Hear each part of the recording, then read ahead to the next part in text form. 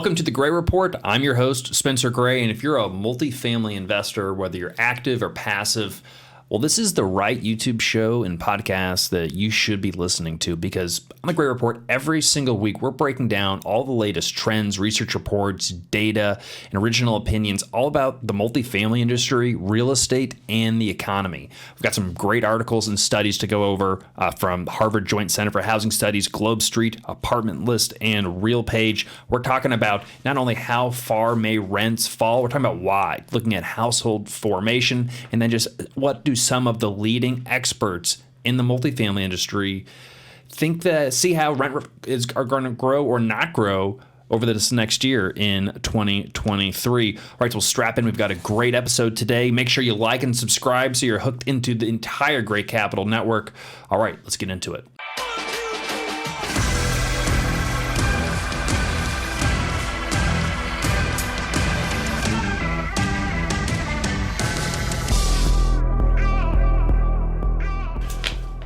All right, everyone. Welcome back to the report. Joined again by Matt Bosnagel, Director of Communications here at Gray Capital. Matt, it's an exciting week. We've got some cool stuff that's coming up. Some good articles today that I think provide some really good context, information. Not only some good opinions from some smart folks, but also some good data to try to kind of understand kind of what's going on, where we've been, where we are, and maybe where we're going a little bit. Yeah, the speculations are getting a little bit sharper, and there's some hard-hitting stuff here. I think that none of it is too much doom and gloom, but there is some pitfalls that are hopefully easily avoided if they get the right information. I think so. You get the right information, you get some good quality information, you can make some decisions, hopefully. Because it's not how much, it's the quality information, and that's what we're trying to do here on the Gray Report every day. If you're not subscribed to the Gray Capital newsletter, the Gray Report, you're going to want to go over to graycapitalllc.com/newsletter. You can get not only these articles sent to your inbox, but Matt, it's what, 24 articles a week? Just about, for sure. And again, this is all stuff that's covering multifamily real estate, whether it's commercial real estate, residential, but also just the macro economy. What's going on? It's our subscriber list. It's impressive that the companies and the individuals that we see on our list that are using it, and then even other content creators and multifamily syndicators.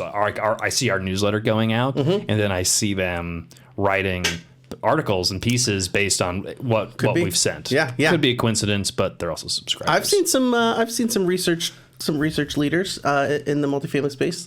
That click on a couple articles. So. Well, and we were also featured the Gray Report on Ashcroft Capital on one of their quarterly newsletters as one of the top 10 sources for information for multifamily investors. That's right. We don't even know how we got on the list. We didn't ask for it, but hey.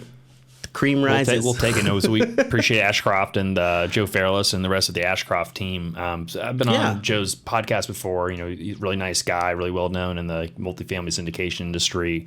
Put on some good events. The Best Ever Conference. And they've got a great portfolio in the Southeast. But they do a lot of sponsorships. You can sponsor their content. We didn't pay for a sponsorship, but we were featured. So that. Great. That's got to feel good. Yeah. Oh, yeah. I like it. I'm talking to him. Yeah. Why not? Why not? Get some collaboration opportunities. Yeah, that would be fun. Well, Matt, let's just dive right into the reports.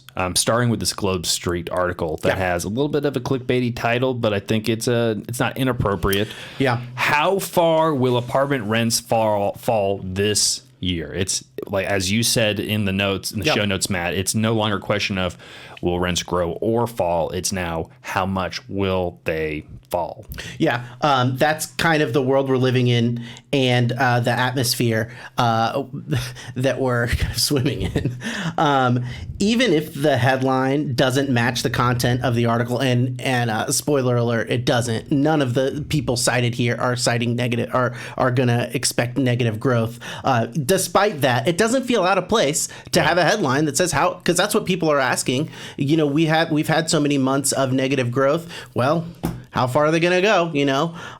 But given this atmosphere of negative expectations, it is nice that a lot of these experts are predicting actually, seems like a much more normal year of rent growth, one where it could be bad or it could be good. And that's as shocking as that might seem, especially after 2021 and even really 2022, where rent growth was pretty elevated. Yeah. It may be dampened, but it's not wholly horrible. No. And it's just one of these things where you're going to have to work to find deals, just like you'd had to do maybe in 2017. Yeah, you're really going to have to work. And also to note, I mean, these are all national averages. Yes. Which is, I mean, you could have absolute, horrible, negative rent growth. Declining rents in one market, you could have positive in another, and maybe it averages out to zero. And so your takeaway would be incorrect to say, we're going to have 0% rent growth next year. It's always market by market specific, but then there are these larger national trends that we do see. I mean, like the slowing down of traffic and signing of new leases. Yeah. That's been a kind of across the board a national story, but how that's translated to rent growth or rent declines has been very different relative to where you are, what's going on in your market, and a lot of it has to do with kind of what the supply and demand landscape looks like. If you're in a market that's got thousands of new A-class units coming online, well, yeah, if you have an existing A-class property, it's going to be tough competition. Yeah. But if there's no new construction coming online, it might be a little bit of a different story. Yeah, and I think that as some of the other articles in this that we're going to read this week bear out, it matters on the market level, but really kind of on the sub-market level. Yeah, there's 100%. Some vastly different performance, and we'll see. We're going to use Cleveland as an example as we discuss it now. But depending on which Cleveland you're looking at, it could be doing incredible, or it could be doing not quite so incredible. But let's get into Matt. We've got some familiar names in this report that that Globe Street quoted. Greg Willett is one. What is Greg Willett? He's from Institutional Property Advisors. What's his Greg take? Willett predicts, and this is his best case scenario, 3.1% rent growth. He says that we're going to see strongest rent growth in the middle of the road Class B properties, some in Class C, but there's going to be challenges in Class A as they compete for some of the newly built apartments that are coming up in many places. Again, apartment supply is going to be different in each and every market, and if you are investing in a Class A apartment in a market with little to no new supply coming online, there's going to be a lot less of these risks of poor performance. A lot of Greg Willett's follow-up commentary about the risks of the Class A sector follows from this new supply coming online, whether they're kind of leasing up and giving concessions that might make your own property less attractive or whatever, but that's kind of where he finds it. And it's interesting, all the experts here. So Greg Willett talks about property types. The next expert we have is Jay Parsons, who talks about markets and submarkets, and I'll get into Jay Parsons here right now then. Like Willett, Parsons sees Class B as a promising asset class, but most specifically, suburban Class B. Parsons also sees some challenges for the Class A properties, just like Greg Willett. Specifically, though, he thinks the downtown is the one where things might get the shakiest. Yeah. I'll be interested to see how the city and suburb trends play out because we're not going back to the central business district just yet, but we are going back. There is a trend there. And I'm wondering how much is remote work going to stick around.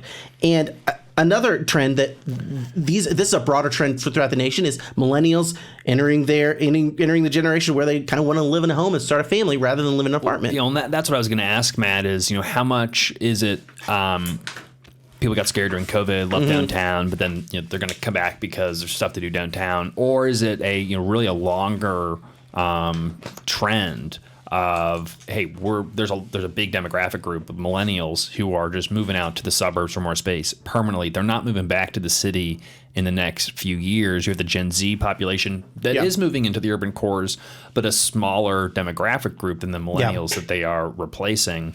So, on one hand, we're seeing recoveries of the downtown. Certainly aren't the complete ghost towns like they were during 2020, but are we going to see that growth, especially when it's lopsided with the fact that so many developers were so bullish on the urban core? The whole story and the theme of the downtown urban core and mixed use, was really driven by the growth of the millennial generation that we're a part of. Yeah. Coming out of the great financial crisis, finally somehow able to get a job, and then wanting to live in more of an urban environment, to have that kind of life experience. Had that life experience, and some people are going to stay, but a lot, some by choice, some by necessity, need to move out to the suburbs. And so, the downtowns are going to come back, but is it going to be the same? And are we just going to see a glut of new apartments over the next couple of years? As developers were just, I think, playing from an old playbook. It wasn't old in 2012, but that they were kind of going over the same strategy, that millennial urban core CBD strategy that I think may have kind of moved away kind of while they weren't watching out to the suburbs. I think that that demographic shift is a little bit more of a powerful trend than remote working. Remote working, it's going to come and go. It is going to have an incredible effect on working culture. But when we're talking about getting an apartment and living somewhere, I'd like to think that people, it's that stage of life rather than, what working conditions. Because people are coming to the office, whether it's 2 days a week or 3 days a week, it probably, the interests that bring you down to the downtown versus the suburbs are gonna stay there, whether you're working 5 days a week or, 4 days a week. I think it's more of what type of lifestyle are you looking for rather than just your commute time. I mean, commute time can be a part of it, but I think where you're going, and I agree, is that I think the work from home effects are going to be much more on the margins compared to a much larger trend of just millennials changing their behavior. Having kids, maybe they want a yard with a dog. And like you said last week, maybe this is, if home buying attitudes really have changed fundamentally, maybe this is going to be a boon for the rental of single family homes. That was just exactly my thought as well. I think the BTR, build to rent concept is picking up more and more steam. And I think it makes just a ton of sense. For all of those reasons. It's still a relatively new asset class, and so there's still some questions out there of, what do they trade for? How do you manage them efficiently? But I think that's what a lot of smart and savvy investors are looking at. I mean, we're certainly looking at a handful of opportunities. I mean, you can't make it.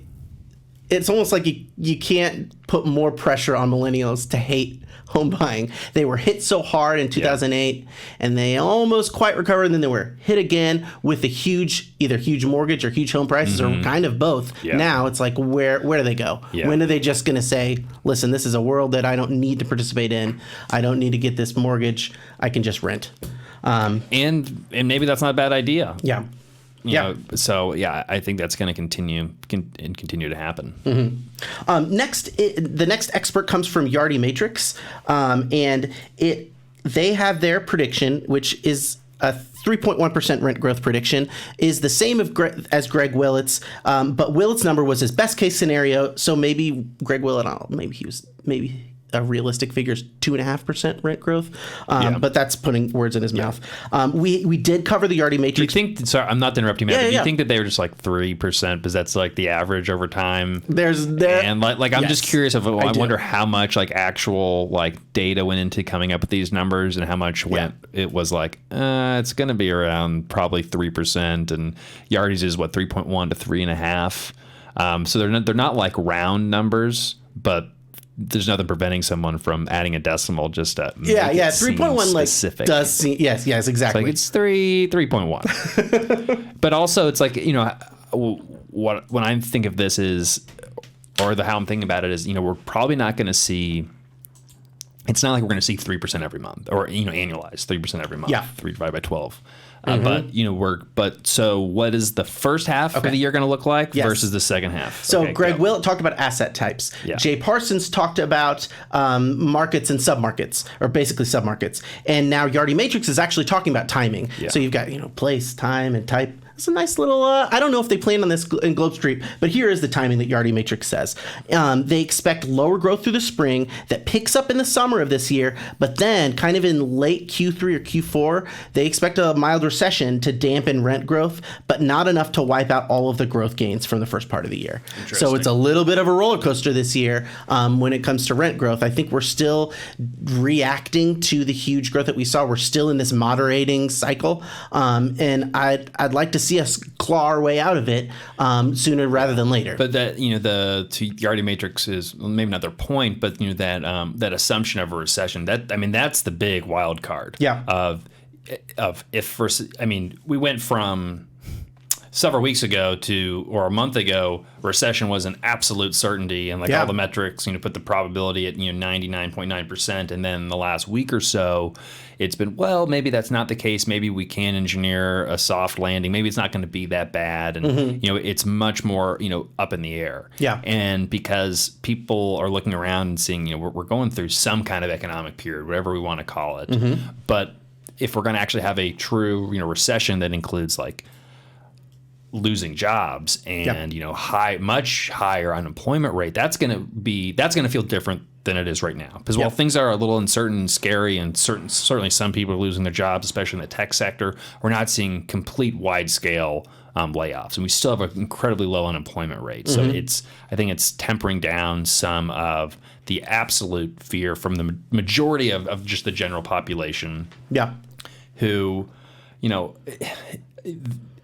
things are uncertain, and it's interesting because consumer confidence is way down in the toilet. Everyone's like, yeah, there's going to be a recession, but then you look at spending, people are still spending money. Yeah. So it's we're all worried about it, but our pocketbooks are doing something a little bit different. And it's hard to get into that recession when people are still spending money, and you can just see Jay Powell up there being like, no, we need you to stop spending money so we can have a technical contraction in the economy. It's not enough just to feel bad. yeah, exactly. Yeah. But that's what the Federal Reserve is mostly using psychology right now to try to get things to just tamper down, so it's just relatively lower growth, and they can normalize things. But the economy kind of, I think, has a mind of its own. Yeah, and I wonder how inflation typically behaves in the winter months. But we covered last week, it was the CPI showed negative price growth, not even slower price growth, but negative price growth. Yeah, and we're gonna see the effects of falling house prices in the CPI too.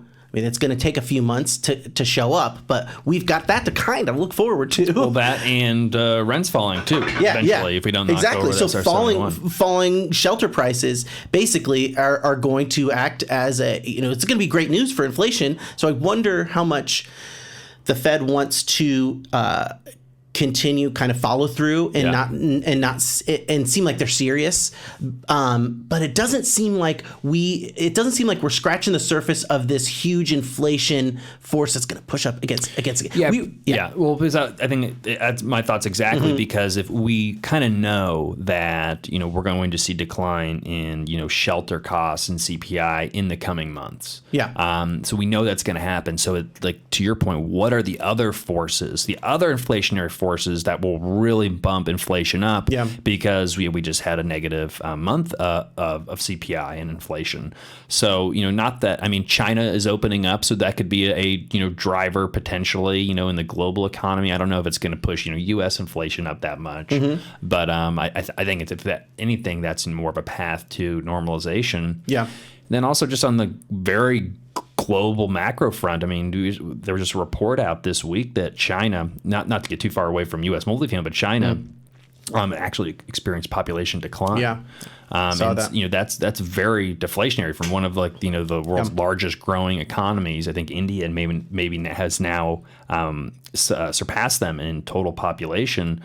But that population decline, lack of growth is very deflationary, and we talked about this last week. It's those forces of the inflationary forces, combating the deflationary forces, and there are still some inflationary forces that are longstanding, like the onshoring or the nearshoring, but yeah, I think there's a good case for, not high levels of inflation over the next couple of years and more moderate maybe.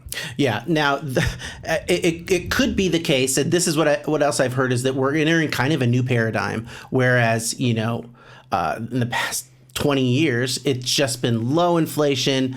It hasn't really been a huge problem, especially after post 2008.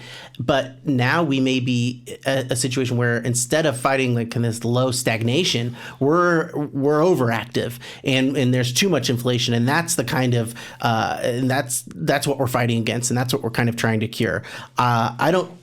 It's going to take a real big shift in the collective psyche of everyone. I don't know, maybe the pandemic reset that, but the prevailing thought that we're still in a recession, I think part of it is that we were programmed since 2008 to think of this economy as a bad one. And it's like just so easy to fall in that mindset again. It's like, oh, here it is. It lasted so long. You didn't even kind of realize we were out of it.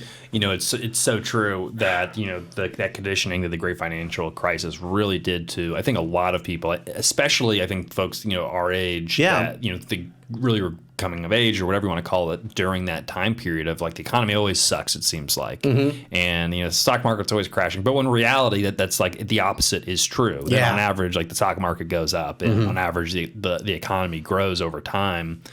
But yeah, people are very quick to say recession, doom and gloom, and I think there's a difference between that just defaulting to crisis.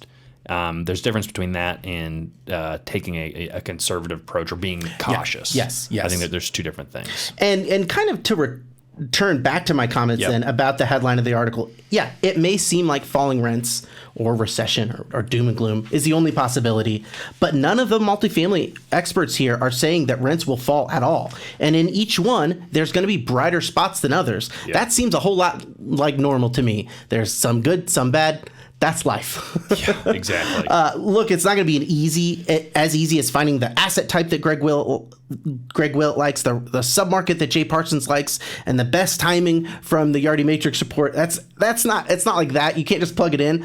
But then again, like these are not all horrible expectations. This could be as close to historical norms as we get, and that just means that you can't predict the future perfectly. Yeah. That there's going to be some risk, but then there's also going to be a way to plan around it. Yeah, it's like I would say a similar year that we've seen in the past of where we're going to see. They would say we're going to have around 3% rent growth, but some markets got more, some markets got less, and it comes much more to how you're going to operate the property. Mm-hmm. And we're talking about inflation, but it also relates to financing and interest rates, and the last decade of just operating off of essentially cheap and free money, and that era at least coming to a pause, if not coming to an end.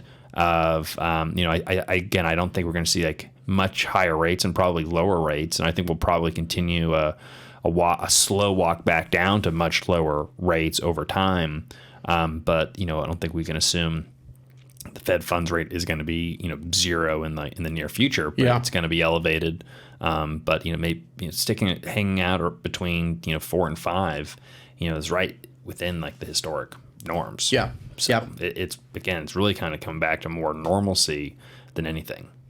Yeah, it is crazy how, and a lot of these numbers, and in some of the reports that came across this week, they talk about, depending on where you're setting your numbers, what's history and what's just like an unusual moment in history changes a lot. Yeah, that's true. All right, Matt, let's move on because we've got some other really good, interesting pieces. The next one, which I think dovetails really well, and I think it talks about a lot of the underlying forces of rent growth, what we're talking about in demand, is this piece from the Harvard Joint Center for Housing Studies. Yeah, this was a really nice one, and I was really glad to see it. It's an important one because it deals with a metric that sits pretty close to the heart of housing demand, which is household formation, or as they are measuring it here, household growth, which is the number of new households that form each year in the United States.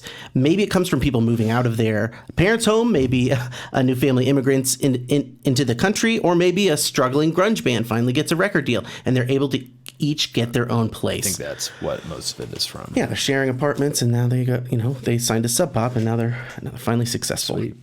That's just an example, but more seriously, household formation is particularly relevant now because there was an unusually high increase during the past few years. Household formation really outpaced expectations in the past few years. So if we've had these last 2-3 years where it was really high, does that mean that we're going to have a few years of very low household formation going forward? That's one of the questions that it kind of poses. And figuring out the reasons behind this increase in household formation is going to be key to determining the strength of housing demand in the years to come. That's kind of what this report sets out to do. To get into specifics, which I thought was kind of funny, and in 2018, the same outfit, the Harvard Joint Center for Housing Studies, predicted that our average household growth in the next 10 years, so from 2018 to 2028, they predicted the average household growth would be 1.2 million each year on average. They were not right. No. Even the 2017 to 2019 pre-pandemic average ended up around 1.4 million annual growth. And the numbers for 2019 to 2021, way above the 1.2 million prediction, from about 2 to 2.3 million household growth is what was recorded. I mean, so that's like almost double. Yeah, pretty much. I mean, that's a big miss. Yeah. So I guess begs the question, why should we go off of their predictions going forward? Other than they're one of the the most respected groups that studies this type. I think. I think it's hard to predict what everyone's going to do. You know what I like? I like this report because it's like, we made this mess and we're going to clean up after ourselves. Yeah. And so, who better to figure out why? And maybe they'll put their asterisks there. But I like that at least that they're coming forward. And that's why I like. I said this a couple weeks ago. I like it when people go on the record and make these rent growth, because what are the stakes? Well, and just for context, reading a piece and looking over a piece from Harvard, the Joint Center for Housing Studies, versus some of our other sources, which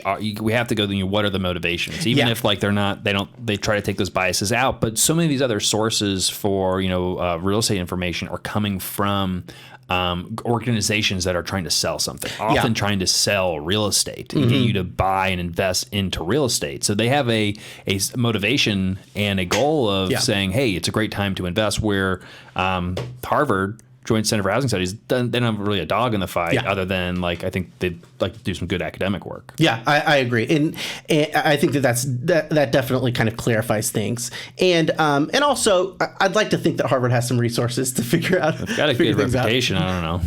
They got strike one, and let's see how they do now. Yeah.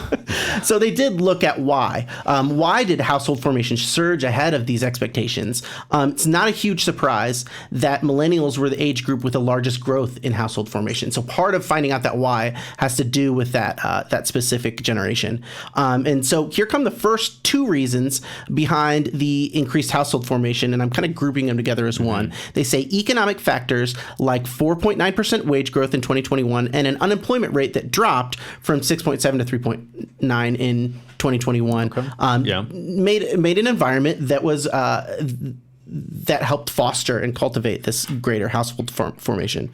And another one, between 2016 and 2021, the amount of household growth in the 25 to 34 cohort and the 35 to 44 cohort was about double what it was in the previous 5 years. So a lot of this household formation, they're kind of talking about that millennial group. And it says such a pickup in growth in this age group cannot be explained by growth in the underlying population alone, and suggests older millennials were now forming the households that had been delayed earlier in the decade. And so that's kind of reason number two. So going back to the great financial crisis and can't stay in our parents' house and trying to figure things out. So they call it years of pent-up demand for new households, which was unlocked, again, by the favorable wage and employment situation. I do think so. And this is where I will kind of lightly criticize as much as I can. Yeah. The pent-up demand factor is interesting, but I wonder, when they were making this 2018 prediction that underestimated household growth, how much were they aware of this pent-up demand? Because they're citing it as this powerful driver in their new analysis. What were they thinking about it in 2018? Now they're taking taking it into account and essentially saying, we've kind of maybe carried some of the we carried forward the demand, I guess, from that was pent up, and maybe we're stealing some demand from the future as well. Yeah, I think that's definitely some the big implication of this entire report for sure. So we've got those two, but it seems like that is the area where they may have they've like kind of missed. But how do you analyze pent up demand? I guess you could look at the population that has not formed a household, and what the difference is, and the probabilities over time of what they should, and that gap. But it's still that's when those decisions are actually made. That's hard to predict. Yeah, and again, they're saying maybe this pent up demand would have been locked away forever if it weren't for the economic conditions being right for this change in household formation. So ultimately it does kind of precipitate to the economic conditions. So we've got the economic conditions, that years of pent-up demand. Those are the first two reasons. And then reason 3 is increased headship rates. This is actually increased household formation that is not due to population growth, but due to increases in heads of households. So these are situations like that grunge band I mentioned earlier. People who were previously roommates now are renting or buying their own respective homes. So roommates are breaking up and they're all getting their own places. Yeah. And maybe it's an influencer house where they decide that this is a horrible environment. We're going to all live separately. But that's definitely now. Yeah. That's a little more relevant. Now, are they moving back in with their parents or? That's true. Yeah. Yeah. And then I guess if a couple got divorced, they go from one household to two households. And maybe all those influencers are accountants now. That's a lot more. I'd love that for them. They are saying they are accountants. That's what they're telling their parents. All right. Oh yeah, that's true. But the fact that so much of the increase in household formation came from increased headship rates suggests, as they write, that the current surge in household growth is temporary because we're reaching the foreseeable peak of headship rate right now. Like I said, all of those roommates, they've already gone and gotten their own places. Maybe there's not enough roommate situations to break up and increase the heads of household rate. Now, given that the other driver of household formation, population growth, is very low compared to historical averages, then as the JCHS argues, we could be seeing lower housing demand, such that, as they say, the impact on markets could be significant. I'm going to offer another gentle redirection that may steer markets away from such a significant impact. The report says that we have no more room for increased headship rates, that all of the roommates, they're all gone. Yeah. But I think that there's actually still some room left. JCHA says that we've recovered a great deal from the post-2008 housing slump, and headship rates now, so these roommate situations, were about where we were in 2011. Okay. But in 2006, which is pre-housing crisis, the headship rates actually look better than 2011. So if we set 2006 as a peak instead of 2011, we're a little bit halfway past the point of this kind of roommates getting their own places. So we've got some room to go. We have some room for housing demand to go up. We're not really at the peak of anything right now. The story's not over. There's still more roommates living together. People still living in the basement. Yeah, exactly. Collectively, that's right. And then they say, the other idea is population growth, and that's what's driving it. But this report specifically really covers that idea of headship rates, of household formations due to people getting a better job and realizing, I can support myself now. I can live in my own place. And I think that a lot of this depends on economic conditions. If things get bad, and we've said this before, if things get bad, they're going right back into the roommate situation. Yeah. So I still think, based on, what we have discussed, the story is definitely not written. We may see in 5-10 years the effects of this all play out. Maybe we squeeze everything perfectly, but we're not going to crash immediately.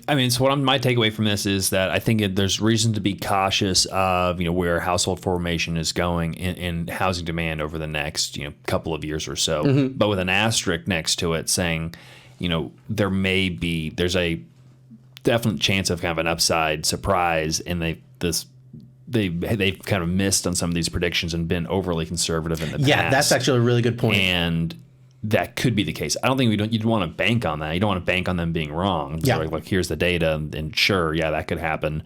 But I don't think that the story's like written in stone, as it never is. Yeah, yeah, and like I don't want to bet against Harvard. They're usually right. I don't know. Maybe When I was saying this, I was going like, off that reputation. I'm going to give a gentle redirection. I'm not going to tell them that they're the Harvard elite or anything, but maybe.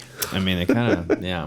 Okay. Well, Harvard, let's see if they can get their stuff together. And they put out great stuff in the Joint Center for Housing. I was really pleased. This was a really interesting, and it definitely is well worth reading for sure. Yeah, take a look at it. You subscribe to the Gray Report, graycapitalllc.com/newsletter. You can get all this stuff sent to your inbox. Why don't you drop a like and subscribe while you're here? You got this far through the video.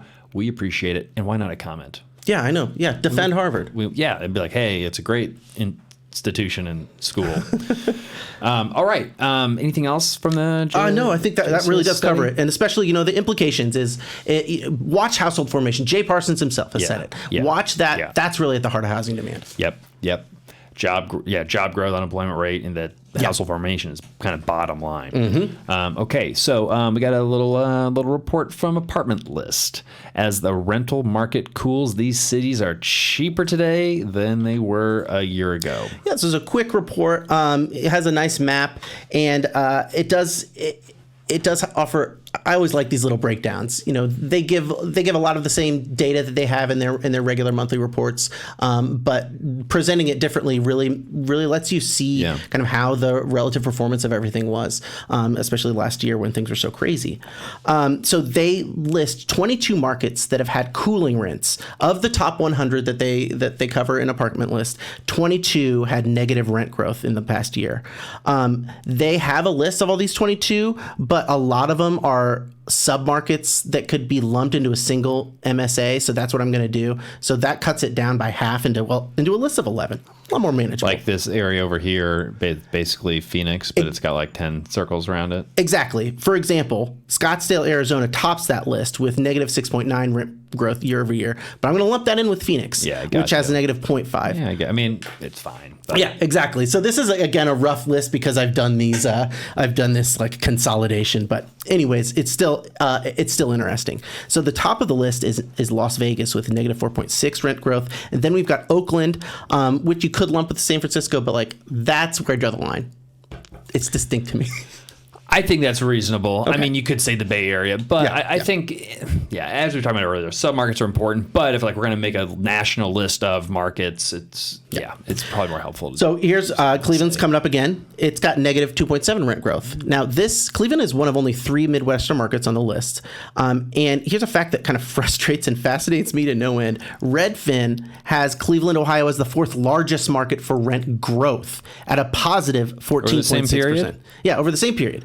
I don't get it, but Apartment List, negative. That again, it reiterates how important it is to look at different sources and certainly not just go off the first report or percentage that you see. Yeah, and that's why again subscribe to the Gray Report, and we're aggregating all this data, providing averages and as we'll see in the next.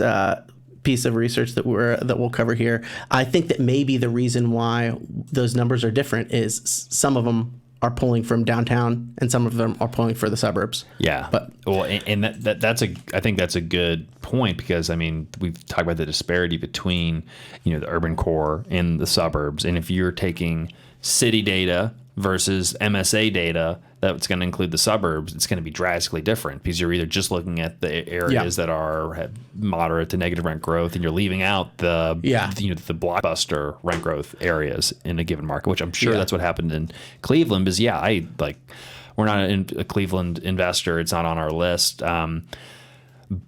It's got negative population growth, but there's some suburbs outside of Cleveland that are totally fine, good markets to invest in, and it's not like my area of expertise, but I'm sure there's a good rent growth out there in the suburbs. They have Detroit is on this list of reducing rents. Is there's some really nice suburbs in Detroit, and it's a huge area. These are So they're not going away either.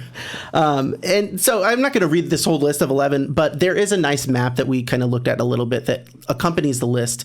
And as often the case with good visualizations, you get a better sense of where these markets are than when you do when it's broken down into a list of one by one cities.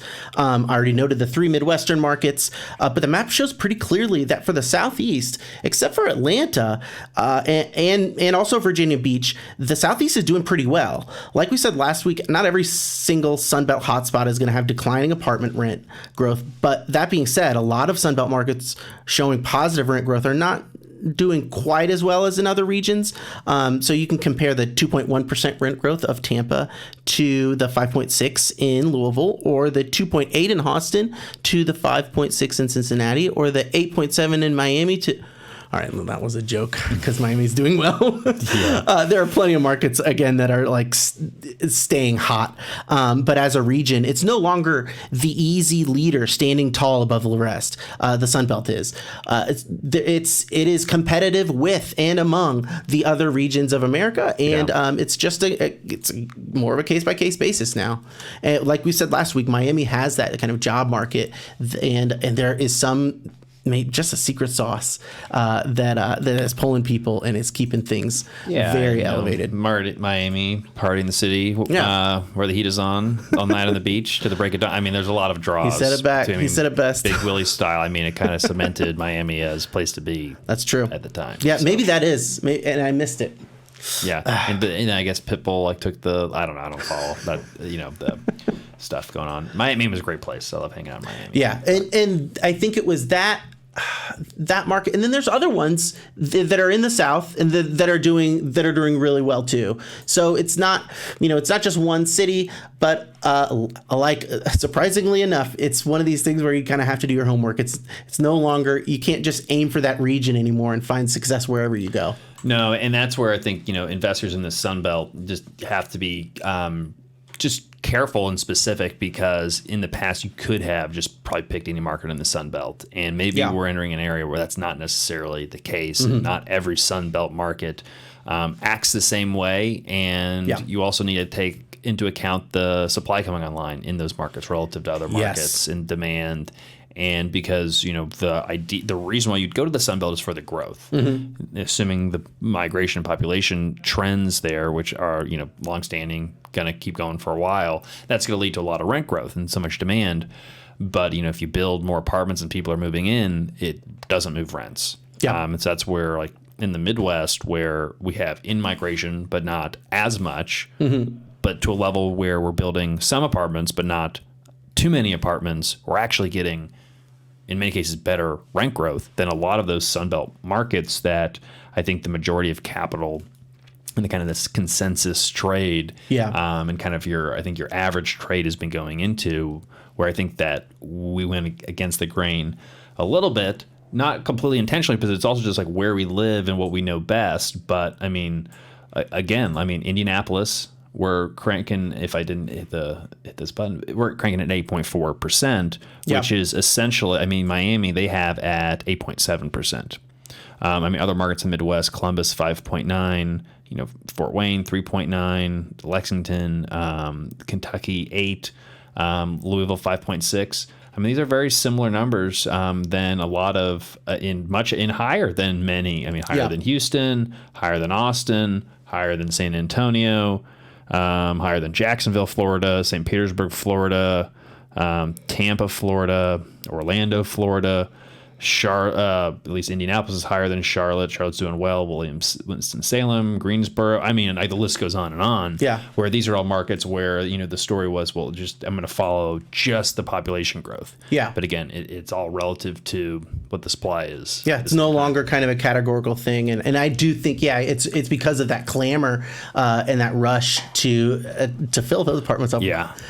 Fill those markets up with apartments. Yeah. Yep. Got to lower the rents to keep them, if you want to fill them up. Want to get them leased up. Yeah. Got to get it stabilized so you can refinance it or you can sell it. Otherwise, you're going to sit on it. So and that's that bridge loan with that rising interest rate. Yeah. Yeah. That's a cause and effect if I've ever seen one. Yeah.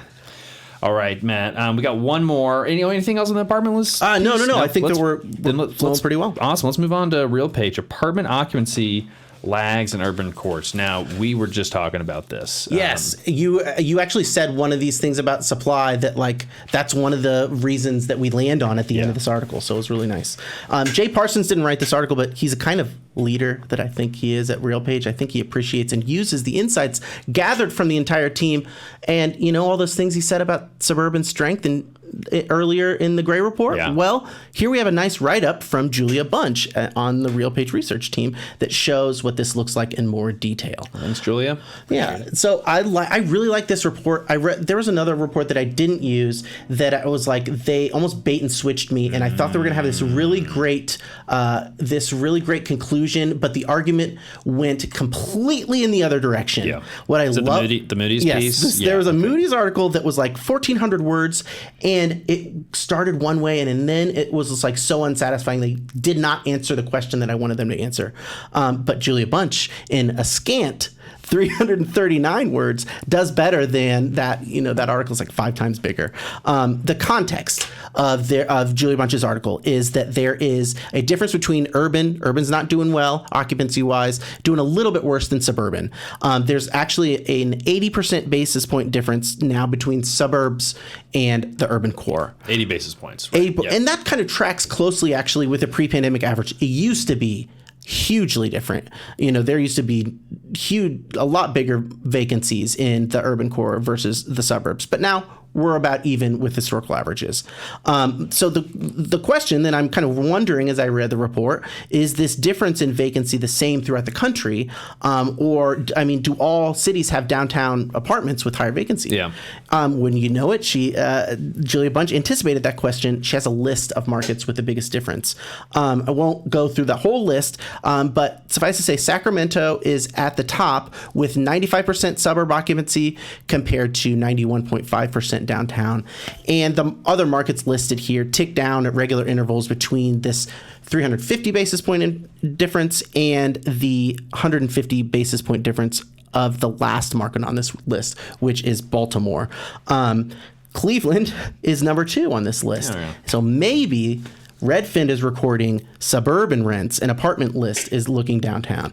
That's that's the X factor. I don't know. This is all supposition. Yeah. But well, I think we've noticed that I think Redfin and sometimes Zillow, even though sometimes their methodology says they're taken from large apartment buildings, it seems like the data is coming more from single family rentals than large apartment buildings, which would kind of make sense from Redfin's point of view. Yeah, and I wonder too. Houses out in the suburbs. Well, yeah, and I also wonder too what their sample size is. If we if you have 5, then that's really easy to land in the majority of one region or the other. But if you have 500, then it's going to be a little bit more even. And Redfin's national average, it's not wildly out of whack. It's just these individual markets. There's so much variation between every single source sometimes. Yeah. A lot of times the ones that I like will have the same group, at the top. But there is, I'm still kind of coming to terms with the differences between. So that's why I think they're still so interesting. Again, why? And so we're looking at these markets like your Baltimores and your Sacramentos, where the downtown is doing a little bit worse than suburbs. And I'm asking myself, why do these markets have a bigger gap between the suburbs and downtown? 2 trends, explains Julia Bunch, explain this effect. There is soft occupancy compared to the market average and a recent construction surge, and that's what characterizes all the urban cores on this list. So it's just like what you said. These are places where a lot more apartments came online, and these downtowns with higher vacancy rates had just gotten new apartments, and also it's right when the pandemic led people away from the urban core. So they kind of got that. They still have that. Maybe, where are you going? We just delivered all these apartment units. They're great. Yeah. So it kind of got left hanging in the back. I think that some of the construction probably was ongoing during the pandemic, but it's not like they're going to exactly stop. Yeah. But then another thing, so it's all these times I'm asking these questions as I read, and Julie Bunch is like, oh, here you go. Here's the answer. In the same headspace. I love it. Whereas I'm not familiar with the author from the Moody's piece, but it's someone that's writing a piece that's not in the multifamily industry. Sometimes the perspective is nice, but sometimes They can be distracted a little bit by some of the shiny objects and some of the stories that aren't as impactful. Like I think like what they made a pivot. Instead of answering your questions, they made a pivot All to I wanted to know, and office to multifamily conversions. Yeah. I was like, why are you talking about that? That you're just digressing into something that... Because like that is like a trendy thing to talk about. Yeah. And it's a worthy thing to talk about. But if you talk to anybody that's doing it, done it, thinking about it, it's like, okay, yeah, somewhere, but it's not like every office building is going to be turned into apartments because it just like it can't. It's like economically doesn't make sense. It's not moving the market. Yeah. And the forces that Julie Bunch is talking about are moving the market. This idea of new apartments coming online, right? When, and where are they? It's like, that's worth knowing rather than, hey, look, in New York specifically, there are some office buildings that are being converted. Like, well, yeah, but whatever. Yeah. I was wondering though, what if, so generally downtown's not doing as well as the suburbs. Are there any markets where the suburbs are actually doing worse than downtown? And we got an answer. Actually, There are a handful of markets, and they're all home to a major university and subsequent student population. Well, that makes sense. Yeah, a couple of weeks ago, we talked about Carl Whitaker's optimism for student housing, and we mentioned the longer-term pressures that the student housing sector might face from declining enrollment. As a little bit of a follow-up, Carl Whitaker did explain this long-term pressure in a recent LinkedIn post, basically kind of agreeing with us, I think, saying that things are looking great in the short term, but longer term, there is slowing 18 to 24-year-old population growth there, and also the rise of education, the perceived value of a degree within the context of those sharply rising costs doesn't favor rapid enrollment expansion. There are two stories, and I do think I was very much convinced of the short-term story that Carl Whitaker uses to explain and kind of justify that. Yeah, there's some really great deals to be found in some of these student housing. Yeah. The markets that have like the university component to it they have to be kind of small enough, like not very small. Because then the university is like the only sole driver in the market. Yeah. But in these markets where the university has a noticeable impact on the market, they have different dynamics that can be really interesting for multifamily investors. Matt, should I comment on Carl Whitaker's LinkedIn? Yeah, let's comment. Let's comment live. Love this. Yeah, we're gonna make it easier. Oh, I have to not do it on. Actually, I have to do it in the browser. We love this. Let's do it. Great. And so you can hop on to Carl Whitaker's LinkedIn, say that, hey, we heard about you from the Gray Report, and then like Matt's comment that he loves this. I'll bump it up. Because we do. And Carl Whitaker, he's going to be speaking at the National Multifamily Housing Council that takes place at the end of January, early February. Huge meeting. It's where all the big players are going to be. So he's making time out of his busy schedule for that, but he's also making some time to hop on the Gray Report. End of this week? Monday? Next week. Yeah. So that's looking forward to it. Yeah, it's really exciting because Carl and his colleague Jay Parsons at RealPage, they put out all kinds of interesting content that we cover all the time here on the Gray Report, because it's really high quality analysis. It's not just, hey, we took a survey or study, we've got some data, and we're sort of going to explain the data. It's actual analysis, which we really appreciate and fuels a lot what we do and helps educate us, educates you, and we appreciate what they do. So very excited to have Carl on the show next week. Matt, that's all for the reports for the rapport. Now, again, the newsletter's got way more than this. graycapitalllc.com/newsletter. And if you're saying, okay, I like these guys, I'd like to partner with them, that is an option if you're interested. If you're an accredited investor and you'd like to partner with Gray Capital, we've got a couple different opportunities. We have a fund that is invested in currently 4. It's going to be between probably 5 and 7 properties at the end of the day, all cash flowing Midwestern assets.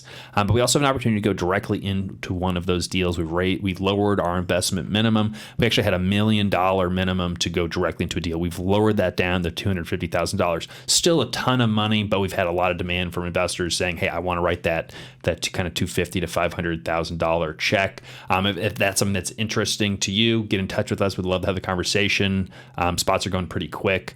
But but it's an exciting deal in a college town in Bloomington, Indiana, but it's market rate, not student housing. Again, accredited investors only, but it's really exciting.